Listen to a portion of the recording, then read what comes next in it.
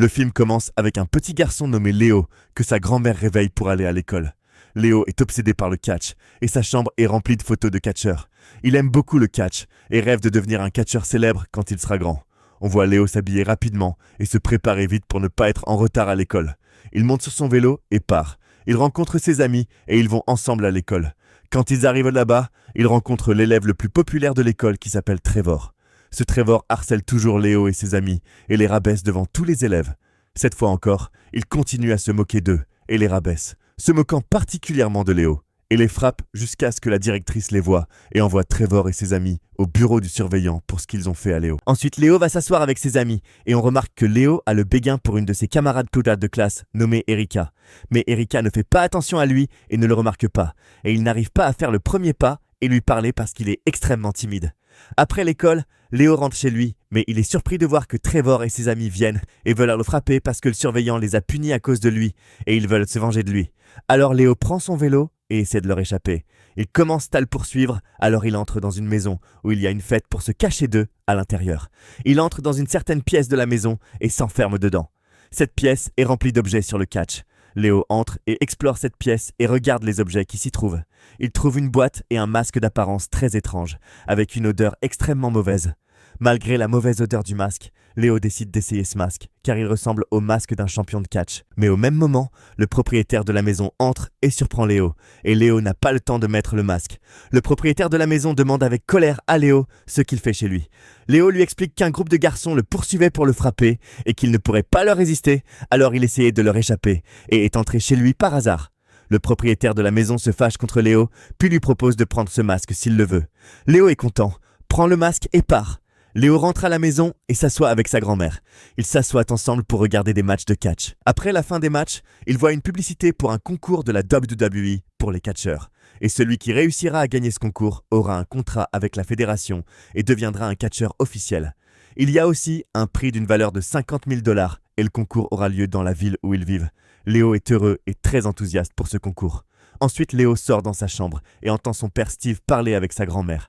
Léo apprend que son père a pris un prêt à la banque de 20 000 $, et s'il ne rembourse pas ce montant le plus vite possible, la banque peut saisir leur maison et ils seront tous à la rue. La grand-mère est choquée et lui demande comment il va réunir tout cet argent. Steve lui dit qu'il cherche du travail et essaie de rassembler l'argent. Léo les entend et est triste et affecté, mais il n'y a rien qu'il puisse faire. Il va jouer avec n'importe quoi pour passer le temps et arrêter de penser aux problèmes du prêt de son père. Il sort le masque étrange que le propriétaire de la maison lui a donné et décide de le mettre. Dès qu'il le met, il est surpris que sa voix ait changé et soit devenue la voix d'un adulte, et aussi sa façon de parler devient comme la façon de parler des catcheurs célèbres. Léo essaie de sauter avec ce masque et est surpris qu'il saute plus haut que la normale et fait aussi des acrobaties. Quand Léo saute, une armoire est sur le point de tomber sur lui, mais il arrive à arrêter l'armoire d'une seule main. C'est là que Léo découvre que ce masque lui donne une force surhumaine et il décide de vérifier par lui-même. Il descend au garage et essaie de soulever une voiture et se retrouve capable de la soulever d'une seule main. Ensuite, il va frapper un arbre et arrive à le casser facilement. Chaque jour, il s'étonne de la force surhumaine que ce masque lui donne. Il décide de rechercher ce masque et voir quelle est son histoire. Quand il fait des recherches, il trouve qu'il y a une légende ancienne sur ce masque. Cette légende dit que ce masque est magique et donne un pouvoir mystérieux ou surhumain uniquement aux personnes qui méritent ce pouvoir. Et c'est le masque qui décide qui mérite ce pouvoir et qui ne le mérite pas. Léo comprend alors qu'il est une personne spéciale et que le masque a décidé de lui donner ce pouvoir surhumain. Le lendemain arrive et Léo va à l'école. Il trouve Trevor et sa bande en train de frapper ses amis proches. Léo décide alors d'utiliser le masque et de sauver ses amis. Il va éteindre la lumière, met le masque et affronte Trevor et sa bande. Quand la lumière se rallume, tous les élèves sont surpris de voir que Trevor et ses amis sont battus et aussi suspendus. Tous les élèves se rassemblent autour d'eux et applaudissent Léo pour ce qu'il a fait. Bien qu'il n'ait rien vu, ils l'ont vu les attaquer. Après l'école, Léo s'assoit avec ses amis et ils continuent à parler de ce qui s'est passé jusqu'à ce que la publicité du concours apparaisse devant eux pour la deuxième fois. Léo voit la publicité mais cette fois, il se concentre davantage et remarque qu'il gagnera une grosse somme d'argent s'il gagne ce concours et pourra aussi rembourser la dette de son père. C'est là que l'idée folle lui vient et il décide de participer au concours, mais en portant le masque. Il commence effectivement à se préparer et voir ce qu'il va porter avec ce masque. Il choisit aussi un nom anonyme pour lui-même. Quand il prépare tout, il va au lieu du concours et enregistre son nom officiellement. Léo entre et s'assoit parmi tous les catcheurs participant au concours. Quiconque le voit à ce moment-là est étonné à cause de sa taille et de son âge. Il le traite de manière irrespectueuse, mais un seul catcheur est respectueux et gentil, il s'appelle Smooth. Smooth le traite normalement et le fait asseoir à côté de lui. Ils font connaissance. Un catcheur célèbre vient annoncer aux participants le début des qualifications qui les qualifieront pour le concours. Il leur dit que la première étape des qualifications consistera à ce que chaque participant prenne un tonneau très lourd et le lance. Et les participants qui lanceront le tonneau le plus loin seront qualifiés pour l'étape suivante. Les qualifications commencent et un participant énorme et très fort nommé Samson arrive. Il lance 2 tonneaux au lieu d'un seul et tous les présents sont impressionnés par la force de Samson et parient dans lui après avoir vu sa force colossale. Puis vient le tour de Léo.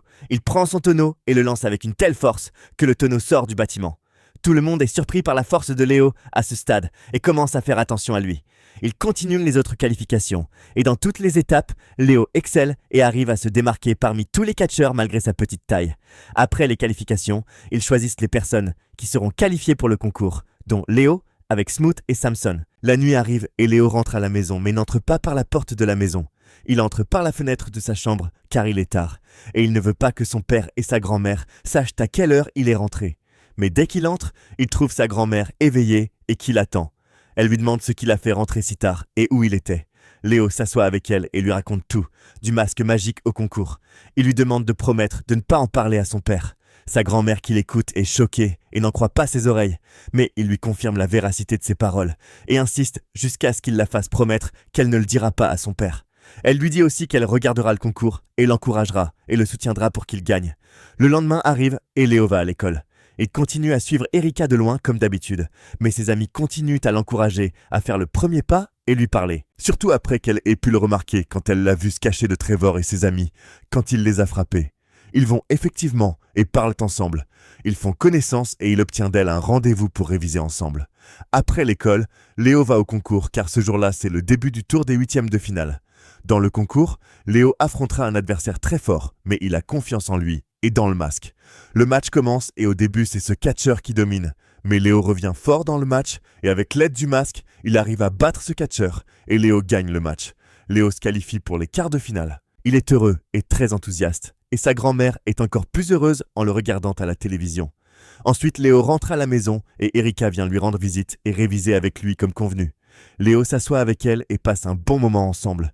Ils apprennent à se connaître tous les deux. Le lendemain arrive et Léo va au concours pour le match de quart de finale. L'adversaire de Léo cette fois est gros et sa taille fait plusieurs fois celle de Léo. Tout le public parie que ce catcheur vaincra Léo facilement. Mais au contraire, quand le match commence, Léo domine complètement ce catcheur et Léo arrive à le vaincre très facilement. Il se qualifie pour les demi-finales et Léo commence à devenir plus célèbre et les gens entendent parler de lui et de sa force colossale. Ils le suivent. La grande popularité de Léo atteint Samson qui se demande comment quelqu'un d'aussi petit peut avoir cette force. Samson soupçonne que Léo cache quelque chose et décide de suivre Léo et de connaître exactement son histoire. Ensuite, Léo va parler avec son ami Smooth qui lui dit qu'il s'est aussi qualifié pour les demi-finales et que ce qui est drôle c'est qu'ils vont s'affronter tous les deux et qu'après être devenus amis, ils seront obligés de se tenir face à face dans le ring et de se battre. L'un d'eux gagnera et l'autre perdra.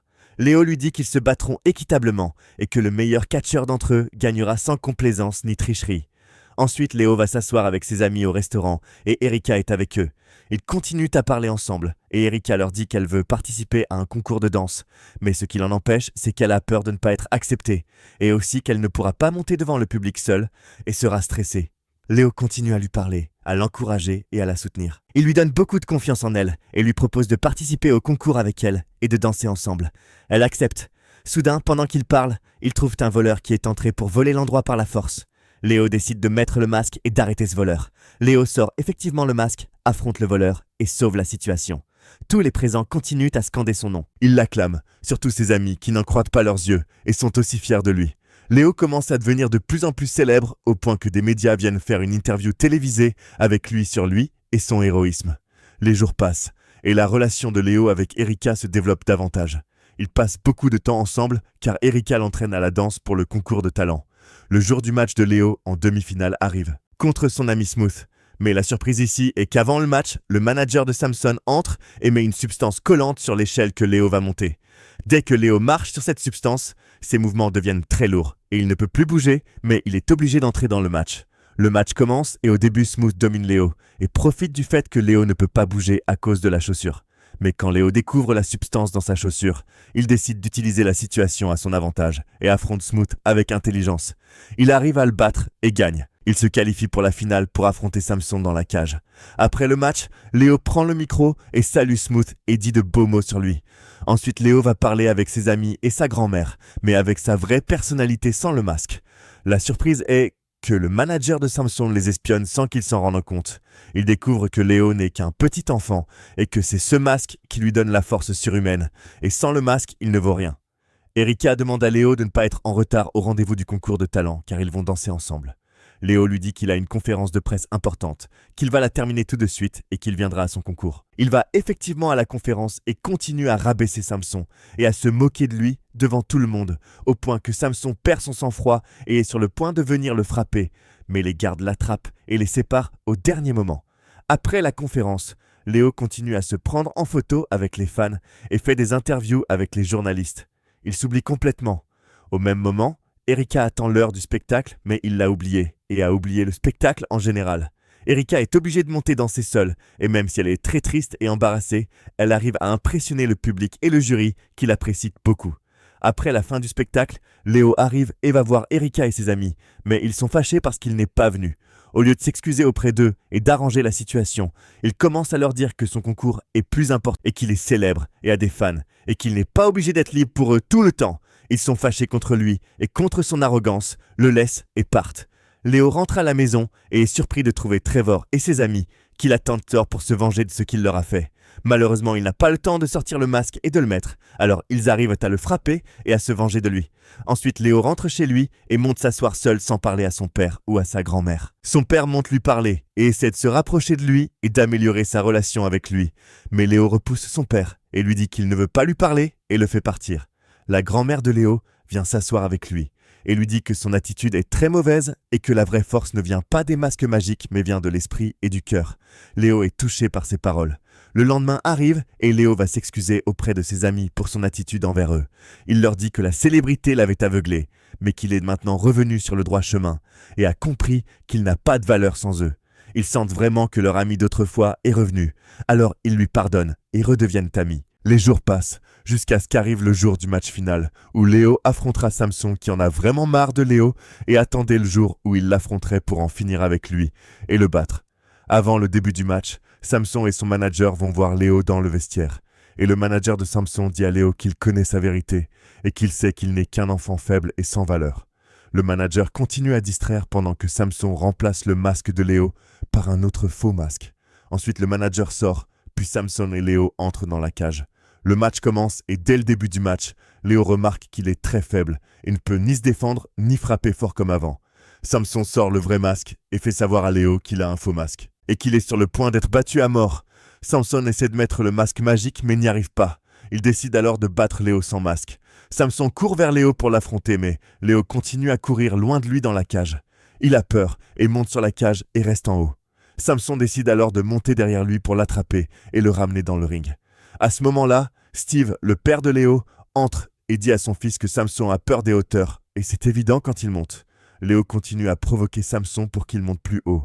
Samson fait effectivement cela, et dès qu'il regarde en bas, il a le vertige et tombe d'en haut. Il reste étourdi par terre. À ce moment-là, Léo pourrait atteindre le masque magique et l'utiliser, mais il refuse de le faire et décide de gagner sans le masque. Léo saute sur Samson d'en haut et arrive à le vaincre.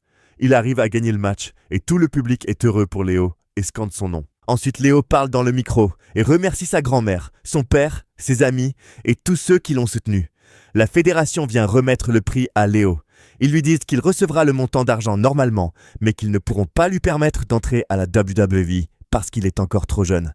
Ils lui permettant de choisir un autre catcheur qui mérite d'entrer à sa place. Bien sûr, sans hésitation, Léo choisit Smooth pour entrer à sa place et leur dit que c'est le catcheur qui mérite le plus cette place. Après 2 semaines, on voit Léo après avoir remboursé la dette de son père avec l'argent qu'il a gagné. Sa relation avec son père s'est grandement améliorée et ils vivent une vie idéale. Léo décide de rejoindre l'équipe de catch de l'école pour commencer le parcours depuis le début et réaliser son rêve avec sa détermination et sa volonté sans masque magique ni aucun pouvoir surhumain. Le film se termine. N'oublie pas de donner ton avis sur ce film dans les commentaires. Et tu peux aussi nous suggérer des films dans les commentaires qu'on résumera sur la chaîne Leda Cinéma. Et n'oublie pas de faire un follow pour suivre les résumés comiques. Allez, salut!